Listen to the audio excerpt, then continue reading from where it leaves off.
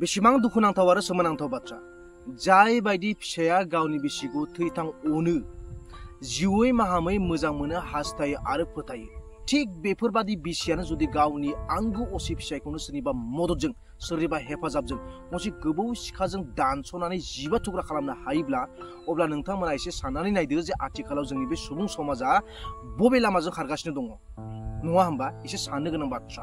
खुलुमबाय लोगोफोर, नोंथांमोनखौ आं चेनेलाव फिन बरायबाय। दिनै आं नोंथांमोननि सेराव गोबाव खालामाब्लासिनो फिन आरोबाव मोनसे गुबुन भिडिअ लानानै फैदों जाय भिडिअ जों मोनसे जायगानि नंगुबै जाथायनि सायाव बाथ्रा सावरायगोन। नाथाय बे नंगुबै जाथायनि सायाव बाथ्रा सावरायनो थांनायनि सिगाङाव आं नोंथांमोनखौ बेखौनो खिन्थाग्रोनाय जागोन जे बेयो जोंनि हारिजों जेबो सोमोन्दो गैयै मोनसे जाथाय। अब्लाबो जों साफ्रोमबो साफा साफा सुबुं माहारि हिसाबै मानसि माहारि हिसाबै थिग बेफोरबादि जाथायनि सायावबो बाथ्रा सावरायनांगौ दं होननानै आं सानो आरो बेनिखायनो जेहेतु दिनैनि बे आंनि बे भिडिअ बेखौ लानानै फैनाय जादों। आसा थियो नोंथाङा बेबादि रोखोमनि भिडिअखौबो नायनो मोजां मोनगोन। लोगोफोर, जाय नंगुबै जाथायनि सायाव दिनै आं नोंथांमोनजों बाथ्रा सावरायनो होननानै फैदों बे जाथाया जाबाय उत्तर प्रदेश रायजोनि मेरठ मुंनि जायगा। जाथाया जोबोद दुखुनांथाव आरो बिखा गावथावना। जुदि नोंथाङा सासे सैथो गोसो गोरबोनि मानसि महरै हारि माहारि आरो धोरोम बासियाब्लासिनो जुदि खोनासङो अब्ला बे जाथाया नोंथांनि बिखाखौ सोमावग्लुंहोजोबगोन। मानो होननानै बुङोब्ला बे जाथायनि सिङाव नंखाय मोजां मोननाय फोथाय खेबस' खालामनाय आरो खोमसि फोथायनाय बेफोर गासिबो हाबखुमाजोबनानै दङ। Yes, there is everything in the story except humanity. 4 March 2025 मायथाइ आरो बै सानखालिनो मुस्कान रास्तगि मुंनि सासे आइजोआ फुंनि 9 रिंगासो बाजियाव गावनि 6 बोसोर बैसोनि सासे हिनजावसाखौ गावनि बिमा बिफानि न'आव गालांनानै बै सानखालिनि बेलासियावनो गावनि बयफ्रेन्ड साहिल शुक्ला उर्फ मुंनि सासे सेंग्राजों हिमाचल प्रदेश रायजोनि शिमलायाव बेरायहैनो थाङो।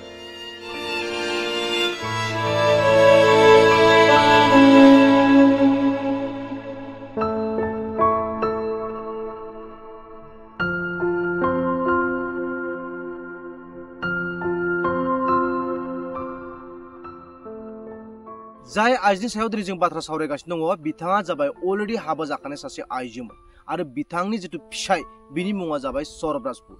सौरभ राजपुतआ मार्चेन्ट नेभियाव साख्रि मावोमोन। बिथांनि न'खराव जेनिबा आंखाल गैयामोन। थाखा फैसा सना रुपा गारि गुरा गासिबो दंजोबोमोन। It means they have everything in their life but although there is something left to happen in their life which was too terrible.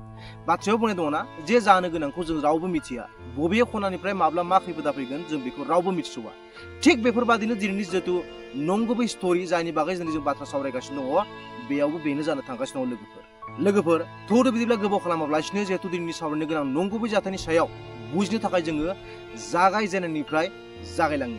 2011 मायथाइ अब्ला सौरभ राजपुतआ खालि 13 बोसोर बैसोनि देरफुनाय सासे लाइमोन सेंग्रासामोन आरो बै समावनो बियो मुस्कान राजपुतखौ लोगो मोनजेनदोंमोन आरो जेब्ला गिबि लोगो मोनजेनदोंमोन अब्लानो बियो बिखौ मोजां मोनदोंमोन आरो मेगन खेबदोंमोन।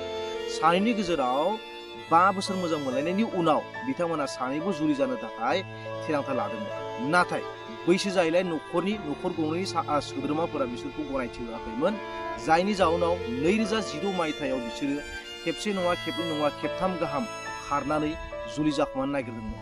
नाथाय बेयाव बिसोर देरहानो हायाखैमोन। पुलिसफोरा बिसोरखौ हमनानै लाबोफिनदोंमोन। अब्लाबो उनथाराव 2012 मायथाइयाव फिन खारलांफिननानै दोनखारलायफिननानै बिथांमोना मन्दिराव हाबा जानानै फैयो। उनाव न'खराव सानथामनि उनाव हाबा जाखांनायनि सानथामनि उनाव जेब्ला न'खराव फैयो राहा गैयै जायो आरो राहा गैयै जानायाव न'खरनि सोद्रोमाफोरा बिथांमोनखौ एक्सेप्ट खालामनो गोनां जानानै फैयो।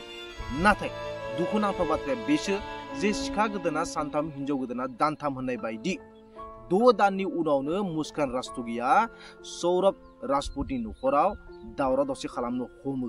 उनाव सौरभ राजपुतआ जेबो राहा गैयै जानानै गावनि बिसि मुस्कान राजपुतखौ लानानै गंसे न' भारा थाहैनो गोनां जानानै फैयो। समफोरा मोजाङैनो बारलाङो आरो बै समफोरनि गेजेरावनो बिथाङा मार्चेन्ट नेभियावबो साख्रि मोनलाङो। आरोबाव मोनसे गोजोनथाव खौराङानो जाबाय मा बिथाङा सासे हिनजावसा गथ'निबो बिफा जानानै फैयो जायनि मुङा पिहु राजपुत। गोबां निउज रिपर्ट मिडिया इन्टारनेट आरो आर्टिकेल्सआव फोसावनाय बादिब्ला बिथाङा मोनफ्रोमबो बोसोरावनो खमैब्लाबो 6 निफ्राय 8 दानसिमहालागै आउट अफ कान्ट्रियाव थानो गोनां जानानै फैयो बिथांनि साख्रिनि थाखाय। आरो बिथाङा जेब्ला जोबथा खेबनि थाखाय हां बोयो अब्लाबो बिथांनि साख्रिया लन्दनावसो पस्टेडमोन।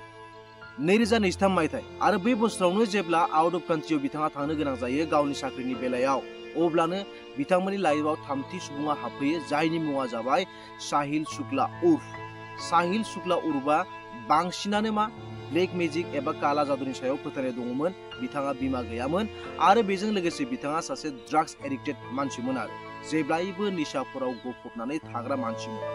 नाथाय दुखुनांथाव बाथ्राया बेसो जे साहिल शुक्ला उर्फा जाबाय मुस्कान रास्तोगीनि स्कुल लाइफनि सासे फ्रेन्डमोन आरो बै समावनो साहिल शुक्ला उर्फा मुस्कान रास्तोगीखौ माने मोजां मोनखुमायोमोन, गोसो थुखुमायोमन। नाथाय बै समाव मुस्कान रास्तोगीया बेखौ बेफोरबादि नोजोरजों नायाखैमोन।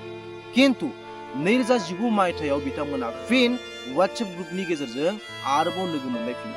नाथाय जेब्लानिफ्राय बिसोर फिन आरोबाव WhatsApp ग्रुपनि गेजेरजों लोगो हमलायफिनो बा लोगो मोनलायफिनो अब्ला बिसोरनि साननाय हनाय आखुफोरा माने बेयावनो थाबथानानै थायाखैमोन। बिसोर सानैनि गेजेराव मोजां गाज्रि खौरां लालायनाया बांसिन जालांनो हमबायमोन, थांलाय फैलायनि सिमाया बारलांनो हमबायमोन आरो थिग बिदियैनो सानफा एफा साहिल शुक्ला उर्फा मुस्कान रास्तोगीनो निसा जिनिसखौ दौवै जाहोदावै बिथांखौबो सासे ड्राग्स एडिक्टेड खालामलाङो।